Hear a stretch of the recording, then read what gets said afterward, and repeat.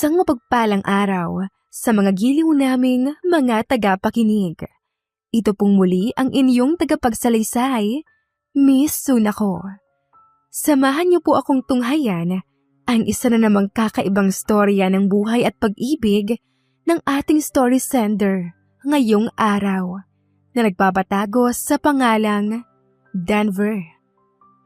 Inaanyayahan ko po kayong mag-like, mag-share at mag-subscribe na rin para updated kayo sa mga bagong kwentong ina-upload ng ating channel. Magandang araw po sa inyong lahat, lalong-lalo na po sa inyo, Miss Sunako. Itago nyo na lamang po ako sa pangalang Denver. 43 years old na po ako, tubong Ilocos, at nagtatrabaho ako ngayon dito sa Parañaque. Ang totoo po, hindi ako mahilig noon sa pakikinig ng mga kwento dito sa YouTube. Hindi rin ako mahilig sa Facebook at kung ano-ano pang social media platform. Focus lang kasi ako sa trabaho at sa pamilya. Pero minsang wala akong magawa, naisipan kong makinig ng mga music sa YouTube bilang pampalipas oras. Hanggang sa biglang i-recommend ang isang video nyo sa akin. Naging dahilan ito para maalala ko ang nakaraan.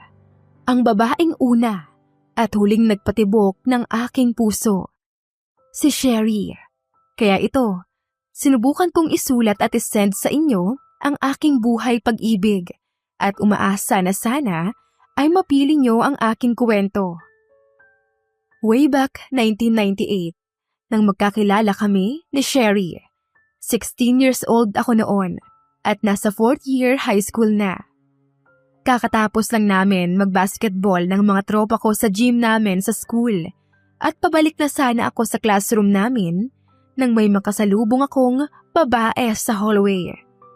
Payat siya, mahaba ang buhok at maganda, pero napansin ko na umiiyak siya. Para siyang namumutla at hinihingal rin.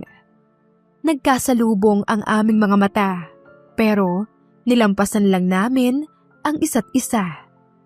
Isinawalang bahala ko na lang iyong babae at tuloy lang ang lakad. Ilang hakbang pa lang ang nagagawa ko mula nang lampasan namin ang bawat isa nang makarinig ako ng parang may bumagsak. Paggalingon ko sa likuran, nakita ko yung babae na nakahiga na sa lupa at hindi na gumagalaw. Nagulat ako at nataranta, pero agad ko siyang nilapitan. Uy, miss! Anong nangyari sa'yo? Miss! Sigaw ko sa kanya, sabay yugyug rito, pero wala na talaga siyang malay. Nang hawakan ko siya, ay naramdaman ko na hindi normal ang temperatura ng katawan niya dahil sobrang init. Kaya hindi na ako nagdalawang isip na pasanin siya sa likod ko at dalhin sa klinik. Mabuti na lang talaga ay natsyempohan na bukas iyon kasi minsan wala yung nurse at sarado. Agad naman akong tinulungan ng nurse at yung isa pa niyang kasama na ihiga yung babae sa higaan at agad nila siyang inasikaso. Nilalagnat siya. Wika ng nurse na tumingin sa kanya. Ako naman hindi umimik kasi hinihingal pa ako sa pagod. Nabigatan kasi ako sa babae at medyo malayo yung klinik kaya kahit ako noon, pakiramdam ko mawawalan na rin ng malay sa pagod. Nahalata naman ng kasama ng nurse na pagod ako kaya pinaupo muna niya ako sa isa sa mga upuan at inabutan ng tubig. Anong pangalan niya? Grade? Section? Tanong ng nurse sa akin habang kinukumutan yung babae na wala pa ring malay. Hindi ko po alam at hindi ko po siya kilala. Sagot ko naman sa kanya. Mabuti na lang at tinanong din niya yung ibang mga estudyante na nakikiusyuso sa labas ng klinik at kaklase pala ng isang estudyante yung babaeng walang malay. Sherry Montemayor po ang pangalan niya, ma'am. 4th year. Kaklase ko po. Sagot naman ng isang babaeng estudyante. Pakitawag ang advisor niyo, please. para malaman niya ang sitwasyon ng classmate mo at mapuntahan siya rito ng parents niya. Sagot naman ng nurse at tumango naman ang estudyante, saka tumakbo upang puntahan ang kanilang guro. Habang nakaupo ako sa tapat ng higaan, ay pinagmamasdan ko lang si Sherry na wala pa ring malay. Miss Soon ako. Sa mga oras na iyon ay hindi ko rin alam kung bakit ko siya tinititigan. Siguro nga, nagagandahan ako sa kanya. Pero nang makita kong iminulat na niya ang kanyang mga mata, ay agad akong napaiwas ng tingin. Gising na po siya, ma'am. Sabi ko agad sa nurse na agad namang iniwan ang sinusulat niya sa isang notebook at nilapitan si Sherry. Nang makita kong bumangon na ito at pinapainom na ng gamot, ay saka naman ako nagpaalam na sa kanila. Diretso na akong umuwi sa amin dahil nalaman ko rin na wala pala ang subject teacher namin sa hapon. Kahit malayo ang bahay namin mula sa school, ay nilalakad ko na lang noon palagi mula pagpasok hanggang sa pag-uwi. Mahirap lang ang buhay namin, kaya palagi akong nagtitipid. Habang naglalakad ako pa uwi, ay nakatatak pa rin sa isip ko ang magandang mukha ni Sherry. Sana maging okay na rin siya. At sana magkita uli kami. Wika ko sa aking sarili. Lumipas ang 1 linggo, kakatapos ko lang mananghalian kasama ang mga tropa ko sa kantin. At papunta sana kami sa gym para mag-basketball nang makita kong may grupo ng mga babaeng estudyante na pinagtutulungan ng isa pang babae. Nakilala ko ang babaeng kanilang pinagtutulungan, si Sherry. Pinapanood lang sila ng ibang mga estudyante at parang walang gustong umawat, kaya nakialam na rin ako. Sinubukan ko silang awatin at hinila bigla si Sherry sa likod ko. Susugod pa sana yung isa, pero may isang teacher na lumapit sa gawin namin, kaya tuluyang natigil ang away. Naglakad na pala yung mga bully, habang hinila ko naman si Sherry papunta sa aming tambayan ng mga barkada ko. Sa likod iyon ng school kung saan may bakanteng lote at maraming puno at ilog sa dulo. Wala rin masyadong kabahayan roon, kaya medyo tahimik at nakaka-relax ang paligid dahil na rin sa ganda ng view.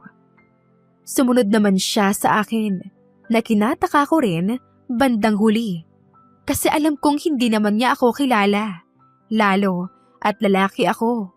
Puwera na lang kung nakilala niya ako dahil ako naghatid sa kanya noon sa klinik.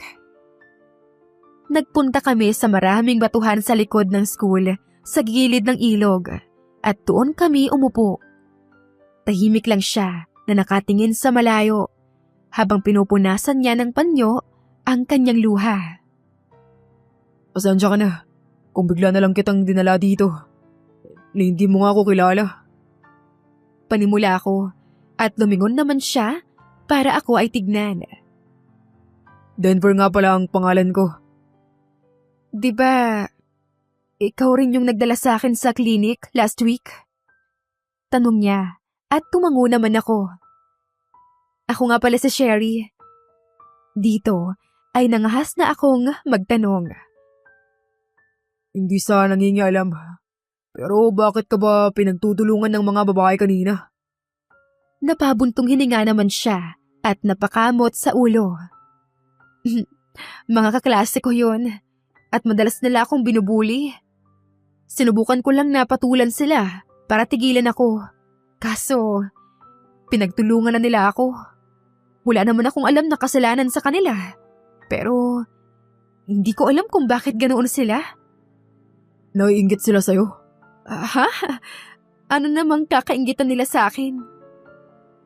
Natatawang tanong ni Sherry. Dahil maganda ka. Wika ko sa kanya habang nakangiti. Napakunot noon naman si Sherry.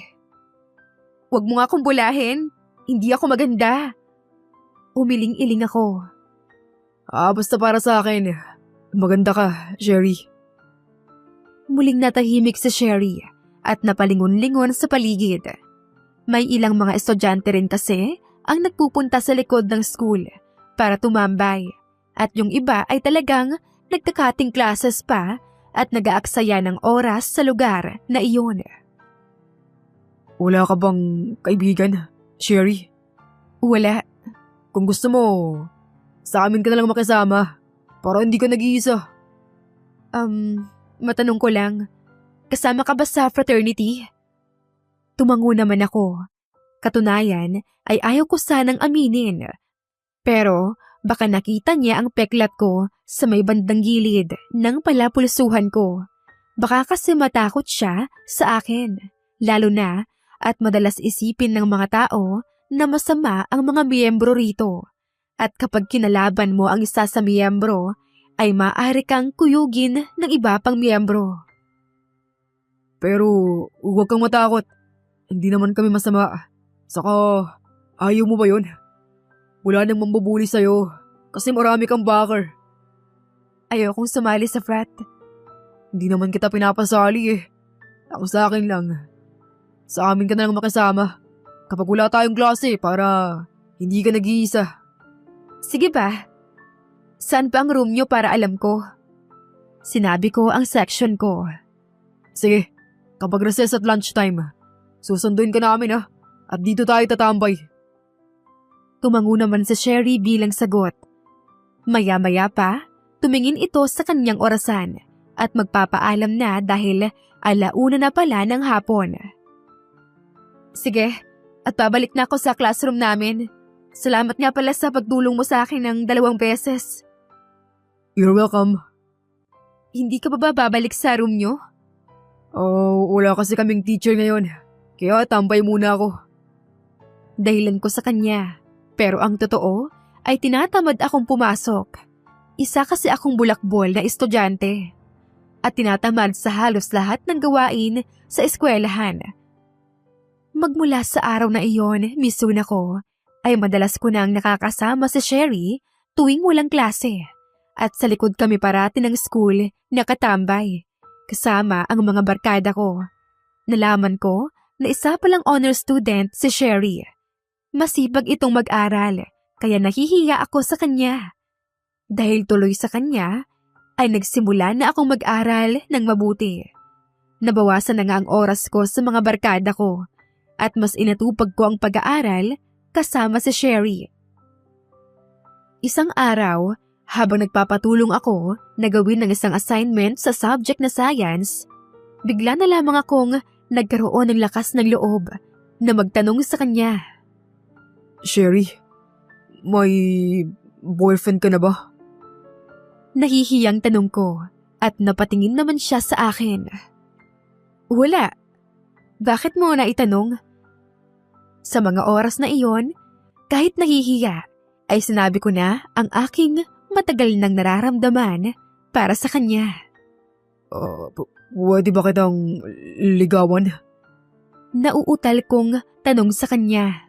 Ngunit, hindi ko inaasahan na tatawanan lang pala niya ako. Nagjo-joke ka ba? Ako? Liligawan mo?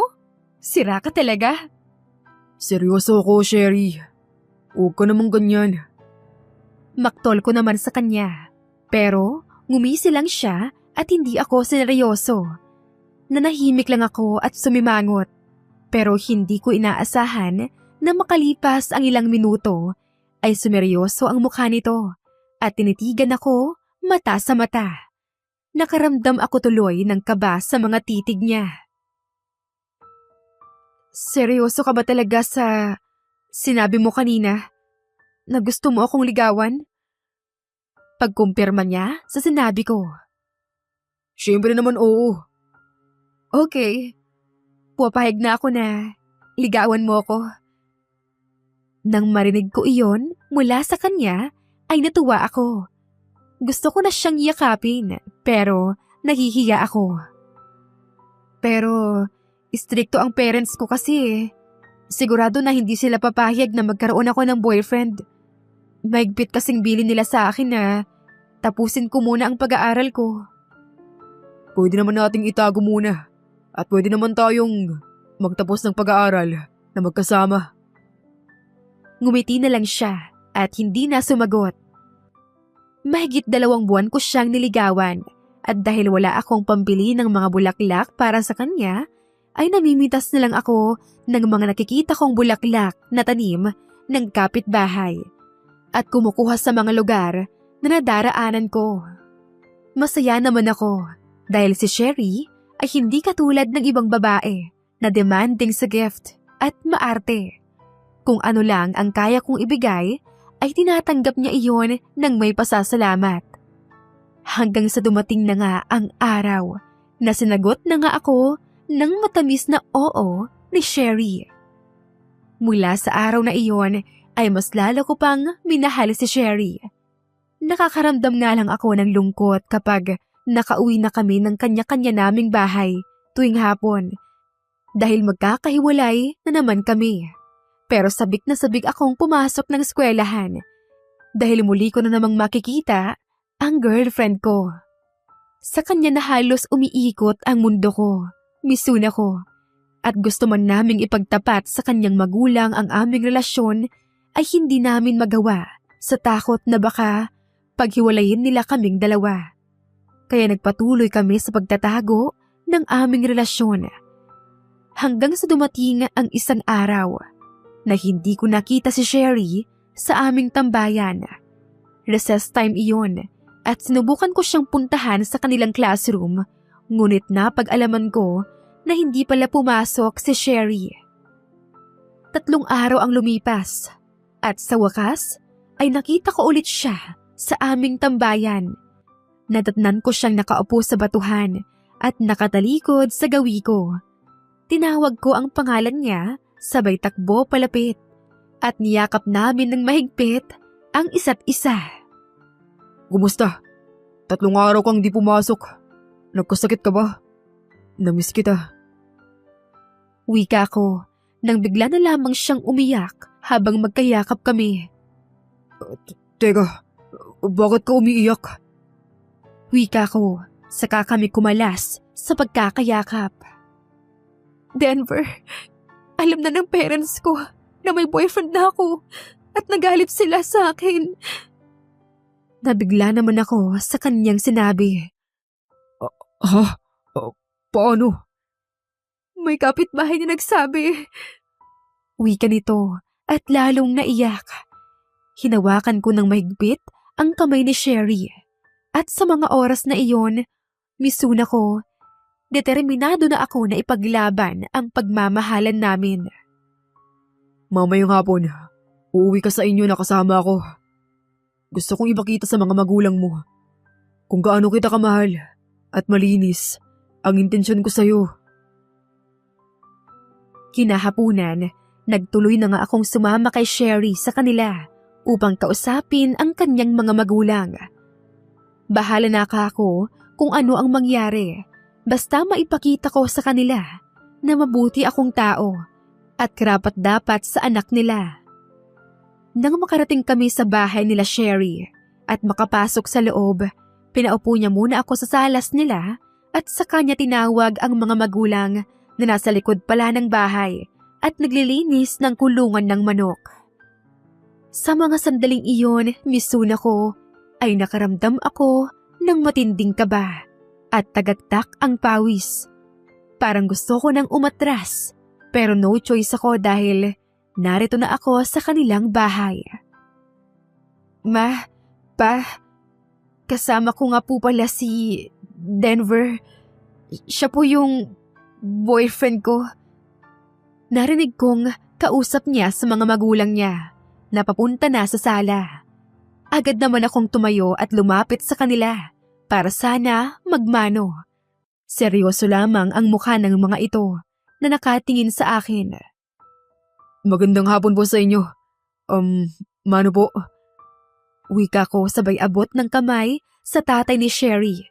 Tahimik lang sila at nang makapagmano ako ay naupo sa mahabang bangko ang tatay at titig na titig sa akin. Pasensya na po kayo, tito, tita. Kung di po namin nasabi agad sa inyo na nagpunta ka pa rito para ipilit sa amin ang relasyon niyo ni Sherry? Natahimik ako sa prangkang wika ng tatay niya na si Tito Elmer. Bakit? Ano bang may bibigay mong mabuti sa anak ko? Ha? Pagmamahal? Yun lang. Mabubuhay ba kayo sa pagmamahal lang? Halos maiyak na ako ng mga oras na iyon. Misuna ko. At nang tignan ko si Sherry, ay umiiyak na pala ito. Tatanungin kita, Denver. Natapos ka na ba ng pag-aaral? Hindi pa po. Sagot ko habang nakayuko. May trabaho ka na ba? Umiling lang ako bilang sagot. Ayun naman pala eh. So anong pinagmamalaki mong lalaki ka? Yung pagmamahal na yan. Sa tingin mo ba, may bibigay mo ang lahat ng pangangailangan ng anak ko?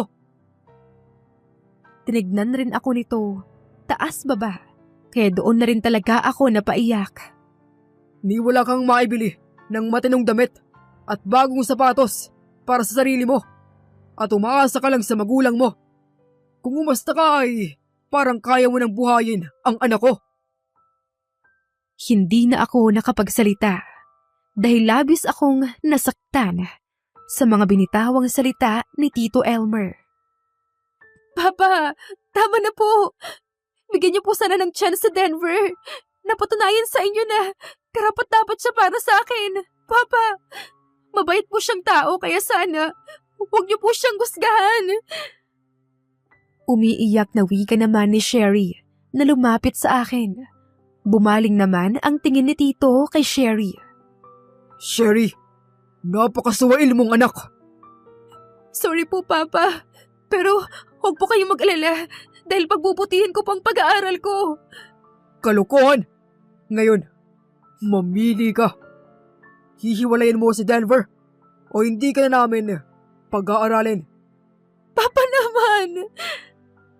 Doon ay nilakasan ko ang loob ko na magsalita. Ayokong malagay sa alanganin si Sherry, kaya kahit masakit misuna ko, ay nagdesisyon ako agad. Tito, tita, please, huwag na po kayong magalit kay Sherry. Sige po, mula ngayon ay titigilan ko na po ang anak nyo para po sa ikabubuti niya. Ako na po ang lalayo. Please, huwag niyo po siyang patigilin sa pag-aaral. Umiiyak akong tumingin kay Sherry at saka nagsalita. Sherry, makinig ka sa mga magulang mo. Siguro sa ngayon, kailangan muna nating maghiwalay. Pasensya na. Matapos kong sabihin iyon, ay agad akong nagpaalam at umalis na sa kanilang bahay. Habang panay ang hikbi ni Sherry. Sobra akong nanliit sa sarili ko sa mga bagay na narealize ko, misuna ko. Simula noon ay hindi na ako muli pang nagpakita kay Sherry. Kung magkita man kami sa school, kahit masakit, ay iniwasan ko siya. Hindi na rin ako nagpupunta sa tambayan namin at diretso uwi agad pagkatapos ng klase. Nagpatuloy ang pag-iwas ko sa kanya hanggang sa dumating ang araw nag-graduate na kami ng high school. Nang matapos ang huling rehearsal namin for graduation at uwian na, hindi ako nakatiis na lapitan si Sherry. Walang sabi-sabing hinawakan ko ang kanyang kamay at inayang magpunta sa dati naming tambayan. Tahimik naman siyang sumama sa akin, pero kita ko sa mukha niya ang kalungkutan. Umupo kami nang magkatabi sa ilang malaking bato sa ilog at inilubog ang mga paa sa tubig. Tahimik lang kami noon at naglakas loob akong magsimula ng usapan. Pasensya ka na kung tiniis kitang di makita. Alam kong nasasaktan ka sa pag-iwas ko. Pero kailangan kong gawin yun para hindi ka tumigil sa pag-aaral. Naiintindihan ko naman. Sagot nito na wala pa ring emosyon. Nakatingin lang siya sa malayo habang nangunguya ako'y ng paa sa tubig ilog. Galit ka ba sa akin? Umiling naman siya. Maya-maya ay may kinuha siyang sobre sa kanyang bag at inabot sa akin. Ano to? Pagkatapos ng graduation natin, magpalipas ka muna ng 3 araw bago mo buksan ang sobrang yan. Uwi ka nito, saka nagpaalam na uuwi na. Inisip ko nung mga oras na iyon na galit siya sa akin, ni hindi ko man lang nakita na ngumiti siya. Nang matapos ang graduation namin, gusto ko sana siyang lapitan at yayaing magpakuha ng litrato sa litratista ng magkasama. Pero nahihiya ako dahil kasama niya ang parents niya. Nagkasalubong ang mga mata namin sa di kalayuan. Ngumiti ako pero walang emosyon ang mukha niyang tumingin sa akin. Miss Sunako, sinunod ko talaga ang sinabi sa akin ni Sherry. Saka ko lang binuksan ang sobre makalipas ang 3 araw pagkatapos ng graduation. Isa pala itong sulat at habang binabasa ko iyon, napaluha na lang ako. Dear Denver, palagi kitang namimiss. Mula nang makipaghiwalay ka sa akin, araw-araw akong malungkot. Nasasaktan ako sa tuwing gusto kong lumapit sa'yo pero umiiwas ka. Pero kahit ganon, naiintindihan ko ang mga actions mo dahil iniisip mo lang ang kapakanan ko. Alam mo, maswerte ako na ikaw ang una kong naging boyfriend. Hindi ka makasarili at handa ka mag-sacrifice para sa minamahal mo. Sinadya ko talagang ibilin sa'yo na buksan mo lang ang sulat na ito after 3 days. After graduation. Kasi sigurado ako na nakaalis na kami sa bahay at nasa Maynila na kami. Doon na ako magpapatuloy ng pag-aaral sa college. Sorry kasi hindi man lang ako nakapagpaalam sa'yo ng maayos at sinadya kong ipakita sa'yo na wala na akong pake sa'yo para hindi ka gaanong masaktan sa pag-alis ko. Pero ang totoo, gustong gusto kitang yakapin dahil miss na kita. Ang hiling ko lang, sana matupad mo ang mga pangarap mo, Denver. Gusto ko rin sabihin sa'yo na mahal kita. Pero siguro, hanggang dito na lang muna tayo. Sherry. Miss Sunako, pakiramdam ko ay para akong nasa teleserye ng mga oras na iyon.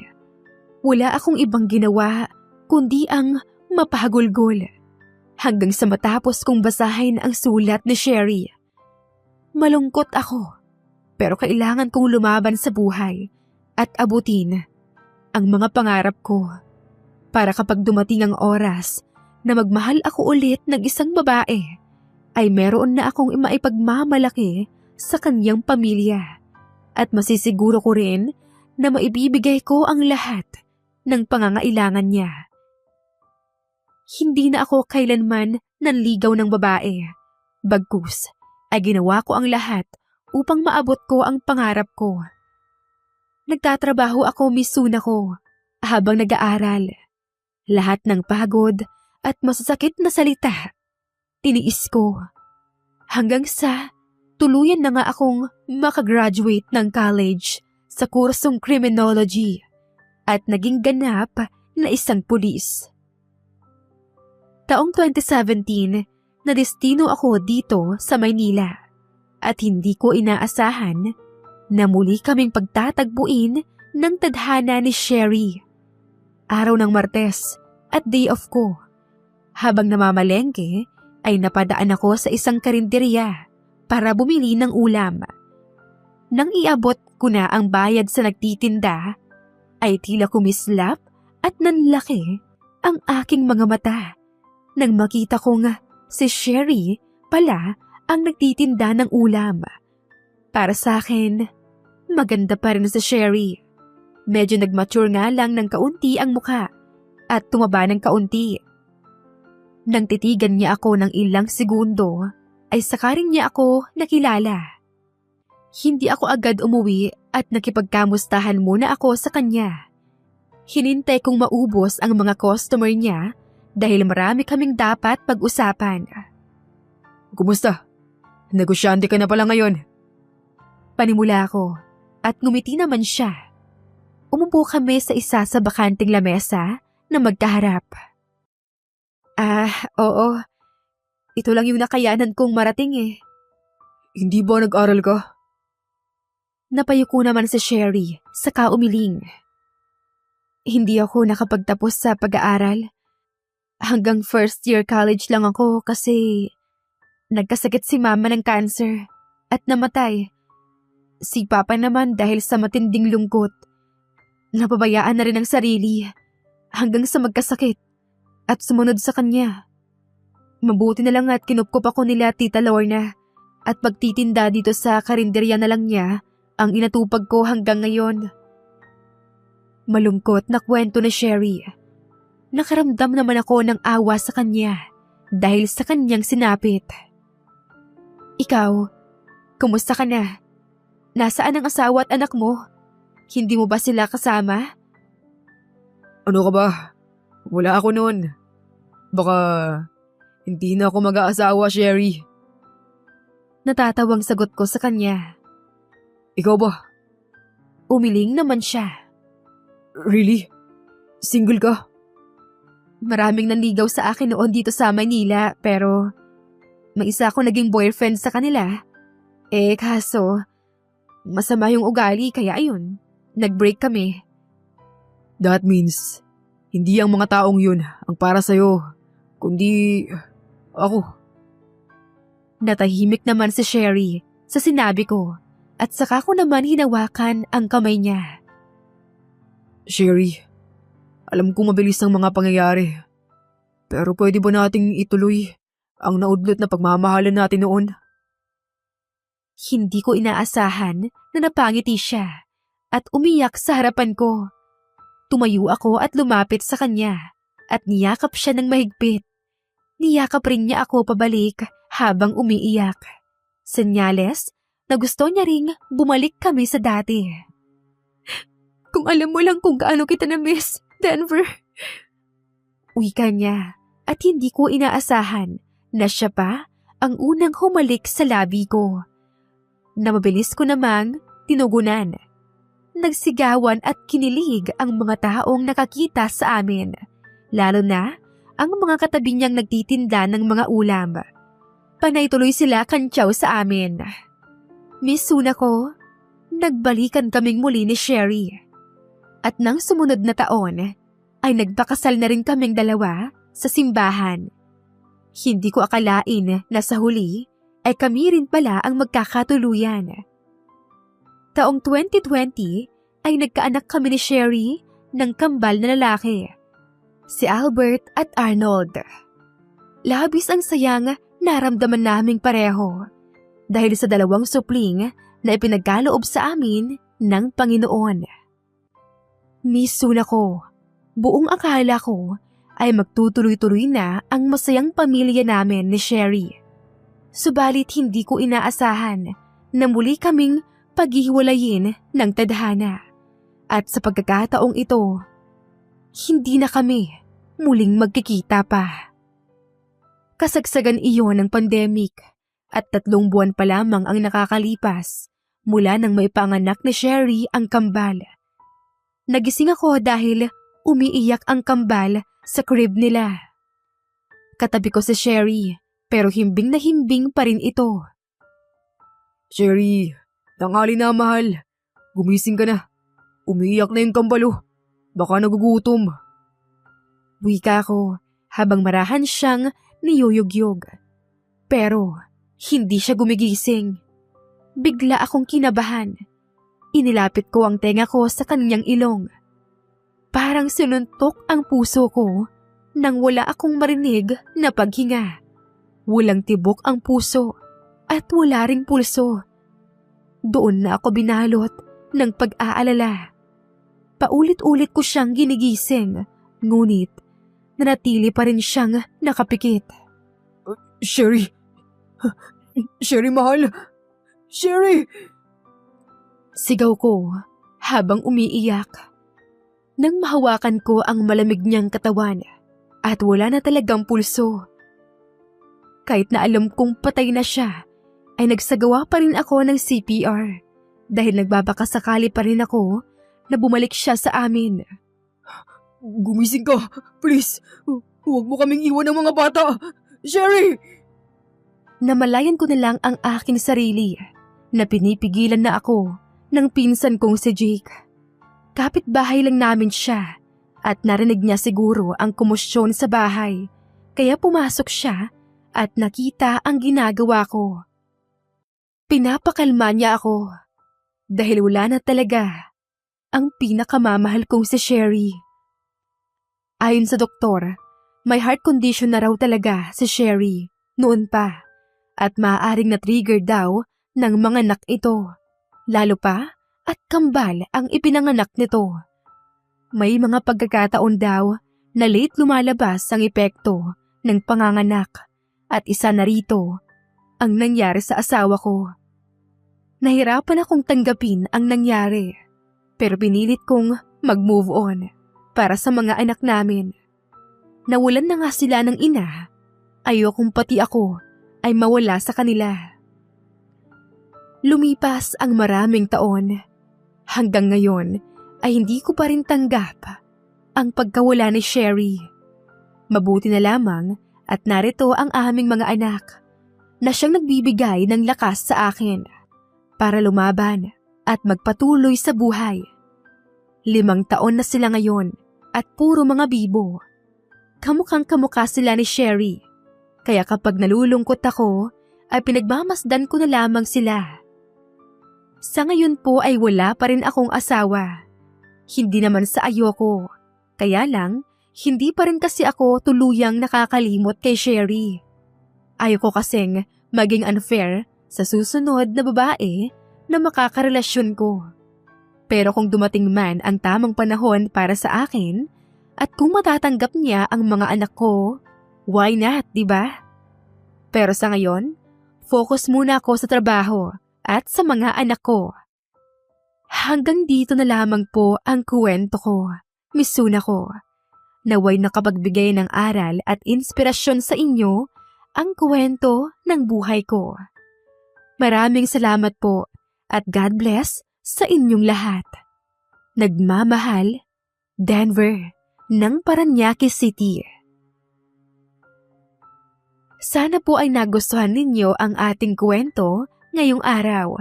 Ako po ang inyong tagapagsalaysay, Miss Suna ko. Maraming salamat po sa inyong pakikinig at hanggang sa susunod na kwento.